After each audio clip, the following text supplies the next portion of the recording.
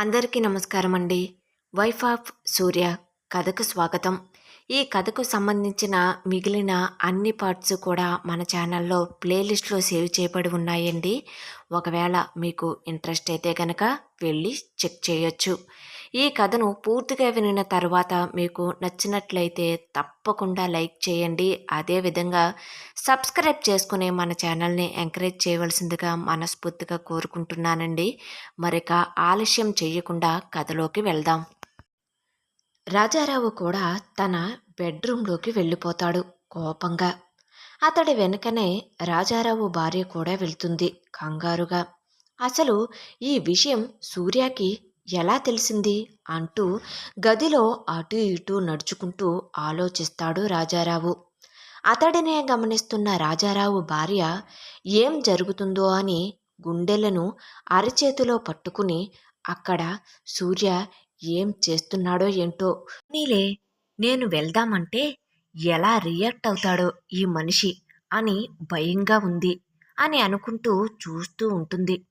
ఏంటే ఈ విషయం నువ్వు కానీ చెప్పావా అంటూ అడుగుతాడు. అయ్యో రామా, నాకేం తెలుసండి, మీరు నాకు చెప్పే చేస్తారా ఏంటి ప్రతి విషయంను అని అంటుంది. అవును కదా, నీ తింగర మొహానికి చెప్తే ఎలా జరుగుతుందనే నేను నీకు చెప్పలేదు. అయినా ఎలా తెలిసింది వాడికి అంటాడు. అయినా మీరు సూర్య ప్రేమకి అంగీకరించారు కదా, మళ్ళీ ఇప్పుడు ఇలా మాట్లాడుతున్నారేంటి అంటుంది. నోర్ముయ్, నీకు ఏం తెలియదు అని కోప్పడతాడు. అలా కాదండి, మీరు చందు వాళ్ళింటికి నిజంగానే వెళ్ళారా? వెళ్తే కనుక వాళ్ళ పెళ్లి కోసం మాట్లాడి వస్తాను అన్నారు. మరి ఇప్పుడేంటండి ఇలా అంటుంది జంకుతూ. అవును, వెళ్ళాను. ఎప్పుడండి? ఆ నెక్లెస్ దొరికిన రోజునే వెళ్ళాను.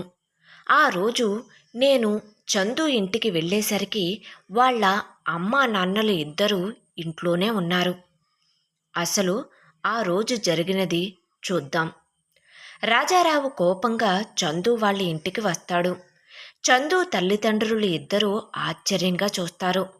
రాజారావును ఫలానా వ్యక్తిగా గుర్తుపట్టిన చందు తండ్రి ఇతడు మా ఇంటికి వచ్చాడేంటి అని మనసులో అనుకుంటూ ఉండగా రాజారావు గట్టిగా, మీ అమ్మాయి నా కొడుకుని ప్రేమిస్తుంది అంటాడు.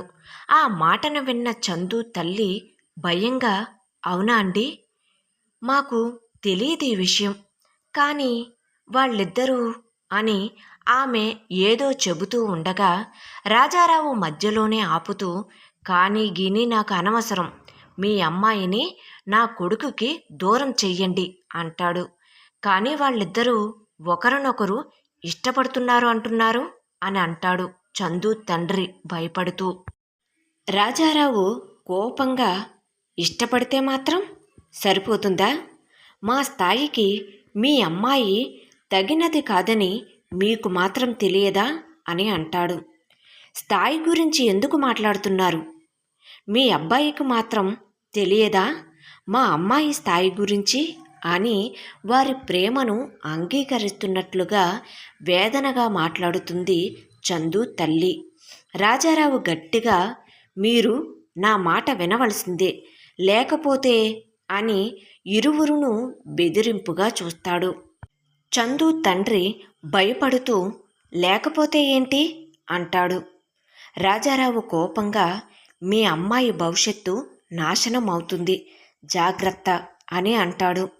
చందు తల్లి ఏడుస్తూ, మీరు మమ్మల్ని బెదిరిస్తున్నారా అంటుంది. నేను బెదిరించటం లేదు, హెచ్చరిస్తున్నాను, మీ అమ్మాయిని నా కొడుకుకి దూరం చెయ్యండి అంటాడు నిర్లక్ష్యంగా.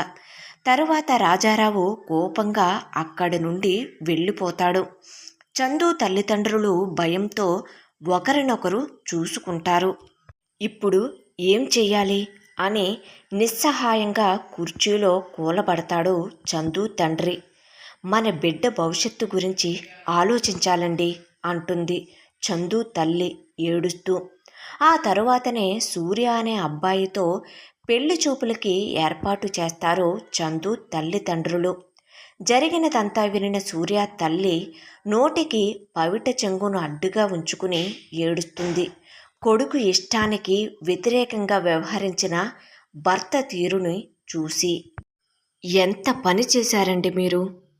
మనం ఎంత కష్టపడి సంపాదించినా పిల్లల ఆనందం కోసమే కదా. మరి ఎందుకు ఇంత కర్కశంగా ప్రవర్తించారు అంటూ మొదటిసారి భర్తను నిలదీసి అడుగుతుంది రాజారావు భార్య. ఇంతలో సూర్య కోపంగా తన గదిలోకి వెళ్ళి తలుపు వేసుకున్న సన్నివేశం గుర్తుకు వచ్చి అక్కడి నుండి పరుగున సూర్య గదివైపుకు వెళ్తుంది ఆమె. వైఫ్ ఆఫ్ సూర్య కథ కొనసాగుతుంది. కథ నచ్చినట్లయితే తప్పకుండా లైక్ చేయండి. అదేవిధంగా సబ్స్క్రైబ్ చేసుకుని మన ఛానల్ని ఎంకరేజ్ చేయవలసిందిగా మనస్ఫూర్తిగా కోరుకుంటున్నానండి. కథ ఎలా ఉంది అనేది కామెంట్ రూపంలో తెలియజేయడం మాత్రం మర్చిపోవద్దు. Thank you.